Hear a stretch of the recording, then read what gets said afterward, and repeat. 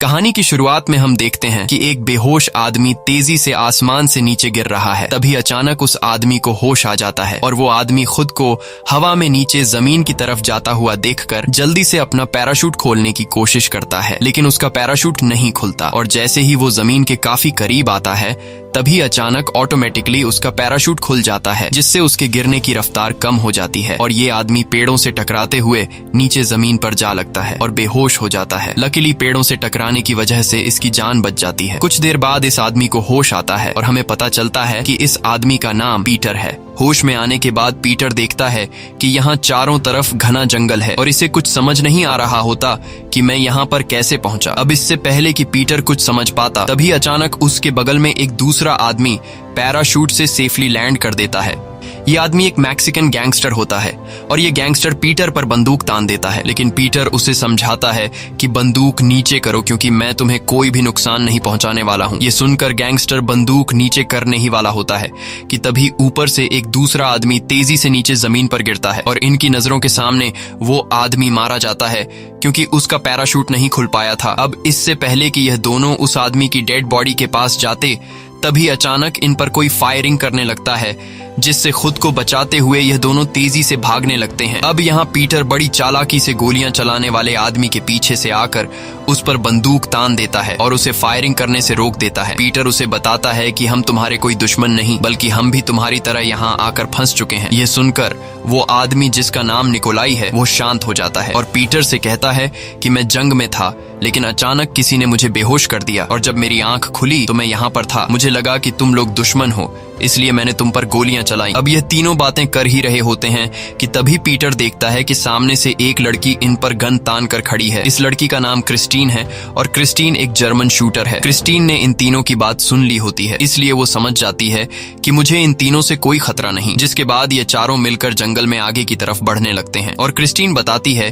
कि जब मैं ऊपर से गिर रही थी तब मैंने और भी कुछ लोगों को पैराशूट से नीचे लैंड करते हुए देखा था। अब यह जब जंगल में आगे बढ़ रहे होते हैं तभी हम देखते हैं कि कोई इनका पीछा कर रहा है और ये एक जापानीज होता है। अब यहाँ जापानीज अपने जूते उतार देता है और हल्के कदमों से उनका पीछा करने लगता है ताकि उनको उसके पैरों की आवाज सुनाई न दे। और आगे चलने वाले तीन लोगों को इस बात की खबर बिल्कुल भी नहीं होती कि कोई इनका पीछा कर रहा है। कुछ दूर आगे जाने के बाद इनको दो और लोग मिलते हैं जो आपस में लड़ रहे होते हैं और इन लोगों को देखकर यह दोनों आपस में लड़ना बंद कर देते हैं और बाकी लोगों की टीम में शामिल हो जाते हैं। तभी उन्हें कुछ दूरी पर किसी आदमी के चिल्लाने की आवाज सुनाई देती है और जब यह लोग उस जगह पर पहुंचते हैं तो यह लोग देखते हैं कि एक आदमी का पैराशूट ऊपर पेड़ में फंस चुका है, जिस वजह से यह आदमी उल्टा लटका हुआ है। अब यहाँ पीटर गोली से पैराशूट की रस्सी तोड़कर उस आदमी को नीचे गिरा देता है और उससे पूछता है कि तुम कौन हो। तब वो आदमी बताता है कि मेरा नाम स्टीव है और मैं एक डॉक्टर हूँ। अब यहाँ किसी को भी पता नहीं होता कि यह कौन सी जगह है और किसी को भी इस जंगल से बाहर निकलने का रास्ता मालूम नहीं था, इसलिए यह सभी लोग मिलकर इस जंगल से बाहर निकलने का रास्ता ढूंढने लगते हैं। साथ ही वो जापानीज आदमी भी इनकी टीम में शामिल हो जाता है। कुछ दूर आगे जाने के बाद इन्हें एक जगह पर ढेर सारी इंसानों की खोपड़ियां नजर आती हैं, जिसे देखकर यह सभी लोग बहुत ज्यादा घबरा जाते हैं और समझ जाते हैं कि यह जंगल बहुत ही ज्यादा खतरनाक है, इसलिए अब कैसे भी करके इन लोगों को जल्दी से इस जंगल से निकलना होगा, नहीं तो ये लोग मारे जा सकते हैं। अब आगे बढ़ते हुए रास्ते में निकोलाई को एक अजीब सा पौधा दिखाई देता है, जिसे देखते ही निकोलाई उसकी तरफ अट्रैक्ट हो जाता है और निकोलाई उस पौधे को छूने ही वाला होता है कि तभी डॉक्टर आकर निकोलाई को रोक देता है और डॉक्टर बताता है कि यह एक बहुत ही जहरीला पौधा है। इस फूल में से निकलने वाले लिक्विड की एक बूंद से इंसान पैरालाइज हो सकता है और डॉक्टर एक चाकू पर इस फूल का लिक्विड लगाकर अपने पास रख देता है, जिसके बाद ये सभी लोग फिर से आगे बढ़ने लगते हैं और तभी इनके अफ्रीकन साथी का पांव एक ट्रैप पर पड़ता है, जिससे वो नीचे गिर जाता है और देखते ही देखते ऊपर से नुकीली लकड़ियां अफ्रीकन पर गिरने लगती हैं, लेकिन अफ्रीकन खुद को बचा लेता है और तभी एक बहुत ही बड़ा पेड़ इनके बाकी साथियों की तरफ आता है, लेकिन यह लोग जल्दी से खुद को उस पेड़ से बचा लेते हैं और तभी इन पर ऊपर से और भी नुकीली लकड़ियां गिरने लगती हैं, जिससे खुद को बचाते हुए क्रिस्टीन तेजी से भागने लगती है और भागते भागते वो एक गड्ढे में गिरने वाली होती है कि तभी वो ऊपर एक लकड़ी पकड़ लेती है, लेकिन अब धीरे धीरे क्रिस्टीन नीचे गड्ढे में फिसलती जा रही थी और नीचे गड्ढे में ढेर सारी नुकीली लकड़ियां लगी हुई थी। अब जैसे ही क्रिस्टीन नीचे गड्ढे में गिरने वाली होती है तभी वहां पर पीटर आकर क्रिस्टीन को पकड़ लेता है और क्रिस्टीन को बचा लेता है। अब यहाँ इन लोगों को कुछ समझ नहीं आ रहा होता कि आखिर यह जाल किसने बिछाया है, और तभी क्रिस्टीन अपने राइफल के स्कोप से उस आदमी को देख लेती है जिसने यह जाल बिछाया हुआ था। और जब यह सभी लोग उस आदमी के पास पहुंचते हैं तो यह लोग देखते हैं कि यह आदमी पहले से मरा हुआ है और उस आदमी की बॉडी पर निशान को देखते हुए ऐसा लग रहा था कि जैसे इस आदमी को किसी बड़े खतरनाक मॉन्स्टर ने मारा है। अब यहाँ उस आदमी की चेकिंग लेने के बाद इन्हें एक डायरी मिलती है जिससे इन्हें पता चलता है कि यह आदमी एक यूएस सोल्जर था। यह सुनकर पीटर कहता है कि इस आदमी ने यह जाल इंसानों के लिए नहीं बल्कि किसी बड़ी चीज का शिकार करने के लिए बनाया था, क्योंकि क्रिस्टीन जिस गड्ढे में गिरने वाली थी उस गड्ढे की लंबाई काफी ज्यादा थी, इसलिए इस सोल्जर ने इतना गहरा गड्ढा खोदकर उस मॉन्स्टर को मारना चाहता था। लेकिन वो मॉन्स्टर बहुत ही ज्यादा खतरनाक था और वो इस सोल्जर के जाल में फंसने से बच गया और फिर उस मॉन्स्टर ने इस सोल्जर को मार दिया। अब जब सभी लोग यहाँ से जाने लगे तभी इनके अफ्रीकन साथी को लगता है कि कोई इन पर नजर रख रहा है और वो सामने के पेड़ की तरफ देखने लगता है, लेकिन पेड़ पर उसे कुछ भी दिखाई न देने की वजह से वो भी अपने बाकी साथियों के पीछे जाने लगता है। और यहाँ हम देखते हैं कि सच में कोई चीज इन पर नजर रख रही है और वो चीज इसी पेड़ पर मौजूद है, लेकिन इनविजिबल होने की वजह से ये लोग उसे देख नहीं पा रहे थे। और जो कोई चीज भी इन पर नजर रख रहा है वो इनको एक इंफ्रारेड यानी कि फायर विजन से देख रहा है। अब कुछ दूर आगे जाने के बाद जब ये लोग एक खुले मैदान में पहुंचते हैं तो वहां का नजारा देखकर ये लोग पूरी तरह से हैरान रह जाते हैं, क्योंकि इनके सामने एक अलग ही दुनिया थी और ऐसी जगह इन लोगों ने पहले कभी भी नहीं देखी थी, क्योंकि ऊपर आसमान में 3 प्लेनेट मौजूद थे। और ये देखकर ये लोग समझ जाते हैं कि ये हमारी दुनिया नहीं बल्कि हम किसी दूसरे प्लेनेट पर आ गए हैं। अब यहाँ पीटर कहता है कि जिस तरह से हम लोग यहाँ पर आए हैं उसी तरह से यहाँ से निकलने का भी कोई ना कोई रास्ता जरूर होगा, इसलिए अब जल्द ही हम लोगों को यहाँ से निकलने वाले रास्ते को ढूंढना होगा। जिसके बाद ये लोग फिर से जंगल में आगे की तरफ बढ़ने लगते हैं और तभी अचानक से एक ड्रोन इनके ऊपर से गुजरता है, जिसे देखकर ये सभी लोग अलर्ट हो जाते हैं और इन्हें लगा कि हम पर ऊपर से हमला होने वाला है। लेकिन तभी कुछ अजीब से क्रीचर तेजी से दौड़ते हुए इनकी तरफ बढ़ने लगते हैं, जिसे देखकर ये सभी लोग इन पर गोलियां चलाते हैं, जिसमें से एक क्रीचर की बॉडी ब्लास्ट हो जाती है। और तभी यहाँ एक क्रीचर इनके एक साथी के पीछे पड़ जाता है जो मेक्सिको के जेल से भागा हुआ एक कैदी था। और जैसे ही वह क्रीचर कैदी को मारने वाला होता है तभी वहां पर अफ्रीकन आकर उस क्रीचर को मारकर उस कैदी की जान बचा लेता है। वहीं डॉक्टर के पास बंदूक न होने की वजह से वह अपनी जान बचाने के लिए क्रीचर से भागने लगता है। तब वह क्रीचर भी डॉक्टर के पीछे पड़ जाता है, लेकिन यहाँ क्रिस्टीन आकर डॉक्टर को एक पेड़ पर चढ़ा देती है और खुद उस क्रीचर से मुकाबला करने लगती है। लेकिन जैसे ही वह उस क्रीचर पर निशाना तान कर उसे शूट करने लगती है तभी उसे पता चलता है कि उसके बंदूक में गोलियां खत्म हो गई हैं। ये देखकर क्रिस्टीन काफी मायूस हो जाती है और अब वो क्रीचर भी धीरे धीरे क्रिस्टीन की तरफ बढ़ने लगता है, जिसे देखकर क्रिस्टीन समझ जाती है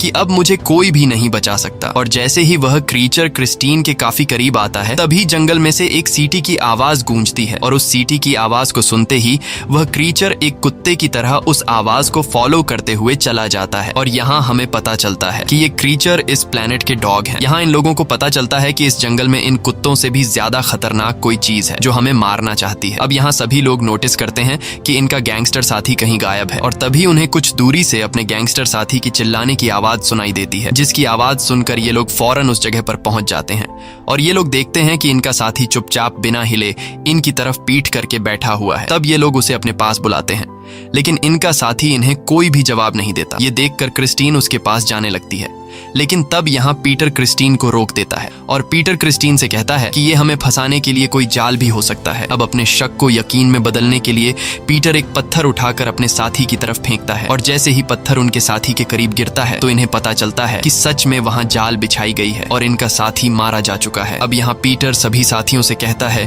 कि हमें अपने साथी को ऐसे ही छोड़कर यहाँ से जाना होगा, क्योंकि अगर हमने अपने साथी को हाथ भी लगाने की कोशिश की तो हम सब मारे जाएंगे। लेकिन क्रिस्टीन अपने साथी को इस तरह अधमरे हालत में नहीं छोड़ना चाहती थी, इसलिए वो अपने साथी को शूट करके उसे हमेशा के लिए तकलीफ से आजाद कर देती है। अब कुछ दूर आगे जाने के बाद इन्हें अजीब तरह के पैरों के निशान दिखाई देते हैं, जिसे देखकर ये लोग समझ जाते हैं कि ये उसी मॉन्स्टर के पैरों के निशान हैं जो हमें मारना चाहता है। अब यहाँ सभी लोग पैरों के निशान को फॉलो करते हुए हुए एक ऐसी जगह पर पहुंचते हैं जहां पर ढेर सारी लाशें लटकाई गई थीं, यहां तक कि कुछ लाशों से तो खाल खींचकर निकाली गई थी और हर तरफ खून बिखरा पड़ा था। ये सब देखकर ये लोग काफी ज्यादा घबरा जाते हैं और तभी इन लोगों को पेड़ से बंधा गया एक प्रेडेटर दिखाई देता है। यहाँ इन लोगों को लगा कि ये प्रेडेटर मर चुका है, इसलिए निकोलाई जैसे ही उस प्रेडेटर के करीब जाकर उसे छूने वाला होता है तभी वो प्रेडेटर जाग जाता है और चीखने लगता है। ये देखकर सभी लोग पीछे हो जाते हैं और तभी जमीन से दो नुकीली लकड़ियां निकलकर अफ्रीकन की बॉडी में धंस जाती हैं, जिससे अफ्रीकन की मौत हो जाती है। अब यहाँ पीटर को कुछ अजीब सी चीज दिखाई देने पर वह अंधाधुंध गोलियां चलाने लगता है, जिसमें से कुछ गोलियां उस इनविजिबल मॉन्स्टर को लग जाती हैं। लेकिन मॉन्स्टर इनविजिबल होने की वजह से इन पर भारी पड़ रहा था, इसलिए पीटर सभी लोगों से यहाँ से भागने को कहता है, जिसके बाद सभी लोग तेजी से दौड़ते हुए एक पहाड़ से नीचे नदी में कूद जाते हैं और पानी में तैरते हुए किनारे की तरफ बढ़ने लगते हैं। तभी यहाँ एक ड्रोन इनके ऊपर से गुजरता है और इन लोगों को देख लेता है, जिसके बाद ड्रोन वापस उसी जगह पर चला जाता है जहाँ इन पर अभी हमला हुआ था और यहाँ वह मॉन्स्टर अपना असली रूप दिखाता है, जिसे देखकर हमें पता चलता है कि ये भी प्रेडेटर है, लेकिन इनका साइज बाकी नॉर्मल प्रेडेटर से काफी बड़ा है और ये एक नहीं बल्कि 3 शिकारी प्रेडेटर्स हैं। वहीं दूसरी तरफ ये लोग नदी के किनारे पर पहुंच जाते हैं और यहाँ पीटर सभी से कहता है कि मुझे पता चल गया है कि हम पर हमला करने वाले मॉन्स्टर प्रेडेटर्स हैं और ये प्रेडेटर्स हमें इस जंगल से जिंदा जाने नहीं देंगे, इसलिए हमें यहाँ से निकलने के बजाय इन प्रेडेटर से मुकाबला करना होगा। अब यहाँ सभी लोग फिर से जंगल में छुप जाते हैं और तभी क्रिस्टीन को राइफल के स्कोप से एक प्रेडेटर दिखाई देता है, जिसे देखकर ये लोग उस प्रेडेटर को जाल में फंसाकर मारने का प्लान बनाते हैं और अब प्लान के मुताबिक ये लोग अपने एक साथी को चारा बनाकर जंगल में भेज देते हैं और इनका साथी चिल्लाकर प्रेडेटर को खुद की तरफ अट्रैक्ट कर देता है और जैसे ही प्रेडेटर उसके पास आकर उसे मारने वाला होता है तभी क्रिस्टीन उसे शूट करके मार देती है, जिसके बाद ये सभी लोग उसके पास जाते हैं और यहाँ इन्हें पता चलता है कि ये प्रेडेटर नहीं बल्कि कोई दूसरा क्रीचर है। अब इतने दूर से सीधा शूट करने पर पीटर क्रिस्टीन की तारीफ करता है, लेकिन यहाँ क्रिस्टीन देखती है कि उसकी चलाई हुई गोली इस क्रीचर को तो लगी ही नहीं बल्कि उसकी गोली तो एक पेड़ को लगी। अब यहाँ इन्हें कुछ समझ नहीं आ रहा होता कि आखिर गोली चलाई किसने। तब पीटर कहता है कि ये एक जाल है, दरअसल इनका प्लान इन्हीं पर उल्टा पड़ गया होता है और अब इससे पहले कि ये लोग कुछ कर पाते तभी इन्हें आवाज आती है कि मैं यहाँ हूँ। ये सुनकर ये लोग चारों तरफ नजर घुमाते हैं, लेकिन इन्हें कोई भी नजर नहीं आता और तभी पीटर के पीछे से एक बड़ा सा मॉन्स्टर प्रेडेटर नजर आता है जो सीधा पीटर पर बंदूक तान लेता है। पीटर को लगा कि अब मेरी मौत पक्की है, लेकिन तभी वह प्रेडेटर अपने चेहरे से मास्क उतारता है और यहाँ इन्हें पता चलता है कि ये हमारी तरह एक नॉर्मल इंसान है। ये आदमी अपना नाम नोलैंड बताता है और सभी से कहता है कि हमारी जान यहाँ खतरे में है, क्योंकि प्रेडेटर की सूंघने की ताकत काफी ज्यादा है, इसलिए तुम लोग अगर अपनी जान बचाना चाहते हो तो तुम सभी मेरे पीछे आओ। जिसके बाद ये सभी लोग बिना कुछ सोचे समझे नोलैंड के पीछे चलने लगते हैं और नोलैंड इन लोगों को एक पुरानी खराब पड़ी हुई स्पेसशिप में ले जाता है। यहाँ नोलैंड बताता है कि यह जगह सेफ है और मैं भी तुम लोगों की तरह यहाँ इस प्लैनेट पर आया हूँ। मेरे जितने भी बाकी साथी थे वे सभी मारे गए और मैं पिछले 3 सालों से प्रेडेटर्स से छुपकर यहीं पर रह रहा हूँ। तब टीम का एक साथी पूछता है कि तुम्हारे पास प्रेडेटर का सूट कैसे आया, जिस पर नोलैंड बताता है कि मैं यहाँ पर 2 प्रेडेटर्स को मार चुका हूँ और मैं उन्हीं का सूट चुरा कर पहन रहा हूँ। अब यहाँ पीटर पूछता है कि हम इन प्रेडेटर्स को कैसे मार सकते हैं, जिस पर नोलैंड बताता है कि यह प्रेडेटर बहुत ही ज्यादा खतरनाक है। इनके पास इंफ्रारेड विजन से देखने की शक्ति है, यानी कि यह लोग काले अंधेरे में भी हमें देख सकते हैं। साथ ही नोलैंड बताता है कि यहाँ पर 2 तरह के प्रेडेटर हैं, एक नॉर्मल प्रेडेटर है और दूसरे मॉन्स्टर प्रेडेटर है और यह मॉन्स्टर प्रेडेटर सिर्फ इंसानों का नहीं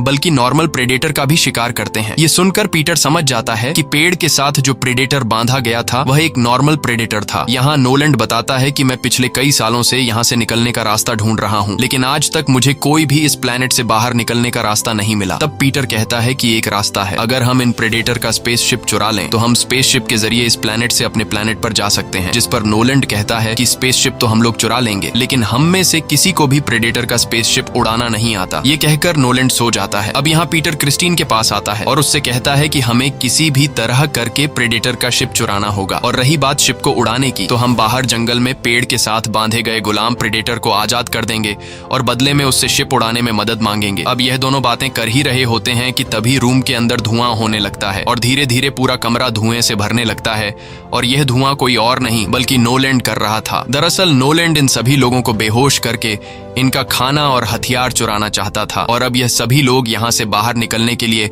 शिप का दरवाजा खोलने की कोशिश करते हैं, लेकिन दरवाजा नोलैंड ने बाहर से लॉक किया था और अब दरवाजा न खुलने पर पीटर दरवाजे को तोड़ने के लिए उस पर गोली चलाता है, जिसकी आवाज कुछ दूरी पर प्रीडेटर सुन लेता है और प्रीडेटर को पता चल जाता है कि यह लोग कहां पर छुपे हुए हैं। जिसके बाद प्रीडेटर सीधा शिप पर पहुंच जाता है और वह सबसे पहले नोलैंड को शूट करके मार देता है, क्योंकि नोलैंड शिप के बाहर था। इसके बाद प्रीडेटर बाकी लोगों को ढूंढने लगता है और यहाँ बाकी लोग भी बाहर निकलने का रास्ता ढूंढने लगते हैं, लेकिन इस दौरान डॉक्टर इनसे अलग हो जाता है और डॉक्टर अकेले बाहर निकलने का रास्ता तलाश करने लगता है, लेकिन उसे बाहर जाने का कोई रास्ता नहीं मिलता और वह अपने साथियों से भटक जाता है। कुछ देर बाद प्रीडेटर डॉक्टर को देख लेता है और प्रीडेटर डॉक्टर को मारने के लिए आगे बढ़ता है, लेकिन तभी वहां पर निकोलाई आ जाता है और डॉक्टर को जल्दी से प्रीडेटर से बचा कर ले जाता है। लेकिन इस दौरान प्रीडेटर की एक गोली निकोलाई को लग जाती है, जिससे वह नीचे गिर जाता है और यहाँ डॉक्टर अपने साथी निकोलाई को बचाने के बजाय वहां से भाग जाता है और अब प्रीडेटर निकोलाई को पकड़कर उसके सीने में एक नुकीला औजार घोंप देता है और अब निकोलाई समझ जाता है कि मैं मरने वाला हूँ। लेकिन मरने से पहले निकोलाई जल्दी से एक ग्रेनेड निकालकर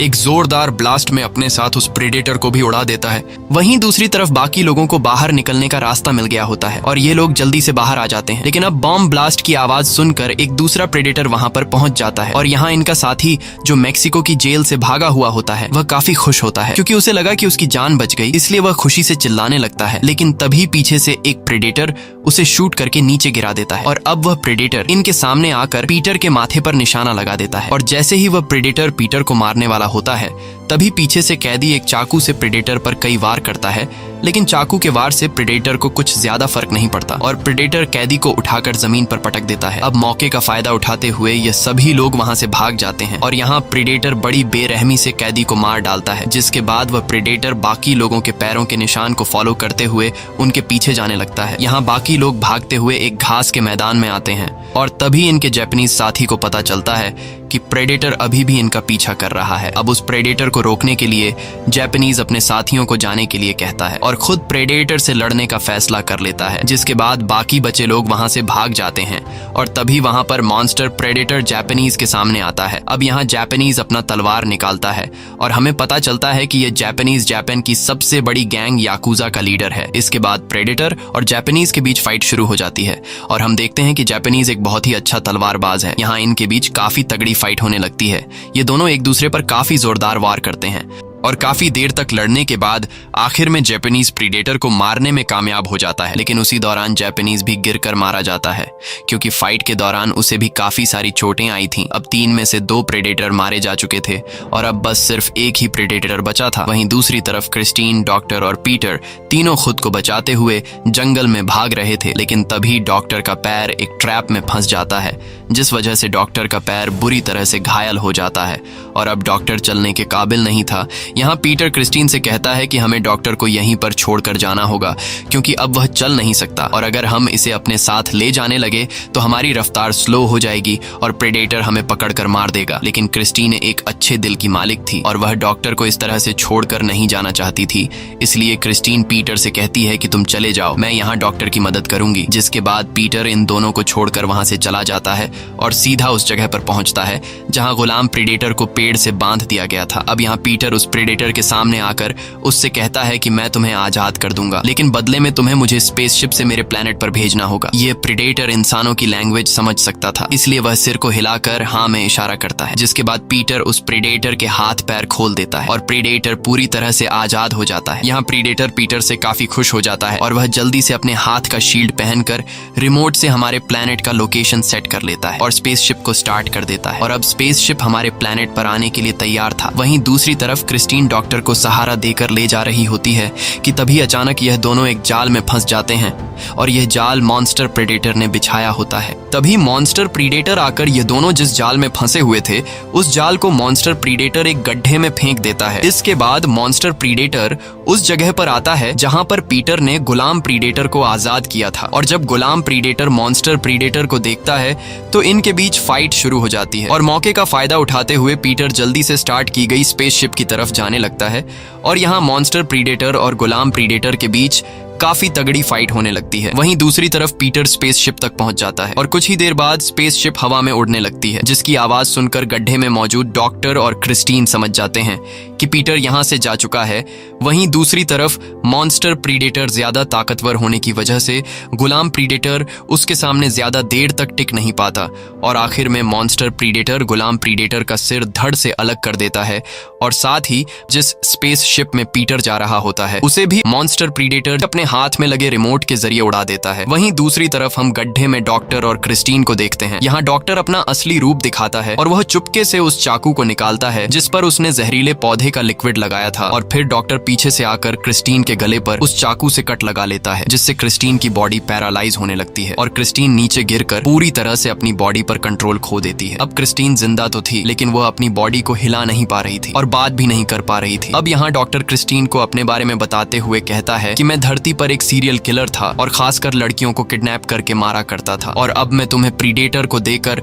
बदले में वापस अपनी धरती पर चला जाऊंगा। अब जब डॉक्टर क्रिस्टीन को यह बातें बता रहा होता है तभी ऊपर पीटर आ जाता है। दरअसल पीटर स्पेसशिप में बैठा ही नहीं था और अब वो अपने साथियों को लेने के लिए वापस आ गया होता है। पीटर को देखकर डॉक्टर पूरी तरह से शॉक हो जाता है और डॉक्टर फिर से एक शरीफ आदमी होने का नाटक करने लगता है। साथ ही डॉक्टर पीटर से कहता है कि क्रिस्टीन की यह हालत मॉन्स्टर प्रीडेटर ने की है। अब यहाँ क्रिस्टीन पीटर को डॉक्टर की सारी सच्चाई बताना चाहती थी लेकिन पैरालाइज होने की वजह से वो कुछ बोल नहीं पाती। इसके बाद पीटर डॉक्टर और क्रिस्टीन को पकड़कर गड्ढे से बाहर निकाल लेता है और पीटर क्रिस्टीन के पास आकर क्रिस्टीन से कहता है कि परेशान मत हो, हम लोग जल्द ही यहाँ से निकल जाएंगे। अब जब पीटर क्रिस्टीन से बातें कर रहा होता है तभी पीछे से डॉक्टर आकर पीटर को भी उसी चाकू से मारने ही वाला होता है कि तभी पीटर डॉक्टर के इरादों को समझ जाता है और पीटर डॉक्टर के चाकू को उसी के गले में घोंप लेता है। और यहाँ हमें पता चलता है कि जब गड्ढे में डॉक्टर क्रिस्टीन को अपनी सच्चाई बता रहा था तब पीटर ने डॉक्टर की सारी बातें सुन ली थी। इसके बाद पीटर डॉक्टर की बॉडी को घसीटकर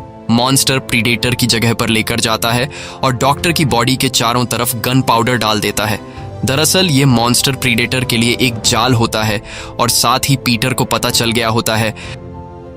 कि ये प्रेडेटर इंफ्रारेड फायर विजन से देखते हैं, इसलिए पीटर अपनी पूरी बॉडी पर मिट्टी लगा देता है ताकि प्रेडेटर इसे इंफ्रारेड विजन से ना देख सके। कुछ देर बाद वहां पर प्रेडेटर आ जाता है और वह अपने इंफ्रारेड विजन से शिकार ढूंढने लगता है। अब पीटर की बॉडी पर मिट्टी लगने की वजह से प्रेडेटर पीटर को तो देख नहीं पाता बल्कि वो जमीन पर पड़े डॉक्टर की डेड बॉडी को देख लेता है, जिसके बाद प्रेडेटर डॉक्टर की बॉडी की तरफ बढ़ने लगता है और हमें तो पता है कि डॉक्टर की बॉडी प्रेडेटर के लिए एक जाल है। अब जैसे ही प्रेडेटर डॉक्टर की बॉडी को पलटता है तो डॉक्टर की बॉडी पर ढेर सारे ग्रेनेड बांधे गए थे और प्रेडेटर के समझने से पहले ही एक जोरदार ब्लास्ट होता है जिसमें प्रेडेटर बुरी तरह से घायल होकर दूर जाकर गिरता है। अब यहाँ पीटर बड़ी चालाकी से चारों तरफ बिछाए हुए बारूद को आग लगा देता है और आग की लपटों की वजह से प्रेडेटर अपने इंफ्रारेड विजन से पीटर को देख नहीं पाता। अब मौके का फायदा उठाते हुए पीटर दौड़ते हुए मॉन्स्टर प्रेडेटर पर कई वार करता है, तभी आग की लपटें कम होने लगती हैं, इसलिए पीटर जल्दी से एक पेड़ के पीछे छुप जाता है। अब यहाँ प्रेडेटर अपने इंफ्रारेड विजन से पीटर को चारों तरफ ढूंढता है लेकिन उसे पीटर कहीं पर भी दिखाई नहीं देता। पर तभी प्रेडेटर अपने इंफ्रारेड विजन से दरख्त के पीछे पीटर के जोर जोर से धड़कते हुए दिल की धड़कन सुन लेता है और प्रेडेटर समझ जाता है कि पीटर कहां पर छुपा है। अब जैसे ही प्रेडेटर पीटर पर फायर करने वाला होता है तब पीटर समझ जाता है कि प्रेडेटर को मेरी लोकेशन का पता चल चुका है, इसलिए जल्द ही पीटर कूदकर खुद को फायर से बचा लेता है। इसके बाद प्रेडेटर आकर पीटर को मारता है और उसे उठाकर दूर फेंक देता है। वहीं क्रिस्टीन की बॉडी भी अब नॉर्मल होने लगी थी और वो रेंगते हुए अपने राइफल के पास पहुंच जाती है। यहाँ प्रेडेटर अपने हाथ से एक नुकीला औजार निकालकर पीटर को मारने ही वाला होता है कि तभी क्रिस्टीन प्रेडेटर को शूट कर लेती है, जिससे प्रेडेटर के सीने से खून निकलने लगता है। ये देखकर प्रेडेटर गुस्से में क्रिस्टीन की तरफ एक नुकीला औजार फेंकता है जो क्रिस्टीन के कंधे में लगता है। अब यहाँ प्रेडेटर को गोली लगने की वजह से वो काफी कमजोर हो गया होता है और मौके का फायदा उठाते हुए पीटर जल्दी से एक कुल्हाड़ी उठाकर सबसे पहले प्रेडेटर का वो बाजू काट लेता है जिस पर स्पेसशिप का रिमोट लगा हुआ था और आखिर में पीटर एक जोरदार वार से प्रेडेटर का सिर धड़ से अलग कर देता है। इसके बाद पीटर क्रिस्टीन के पास आता है और कुछ देर के लिए यह दोनों आराम करते हैं और अगली सुबह जब ये दोनों ऊपर आसमान की तरफ देखते हैं तो इन्हें आसमान में कई पैराशूट दिखाई देते हैं, जिसका मतलब कि अब फिर से मौत का खेल शुरू हो गया है। अब यहाँ पीटर क्रिस्टीन को अपने साथ ले जाने लगता है और उससे कहता है कि मुझे घर जाने का रास्ता पता चल गया है। दरअसल पीटर के पास अब मॉन्स्टर प्रेडेटर के हाथ का रिमोट होता है जिससे ये दोनों वापस अपने धरती पर आ सकते हैं। इसी के साथ साथ ये कहानी खत्म हो जाती है। अगर आपको ये वीडियो अच्छी लगी हो तो हमारे चैनल को सब्सक्राइब और वीडियो को लाइक जरूर कीजिएगा।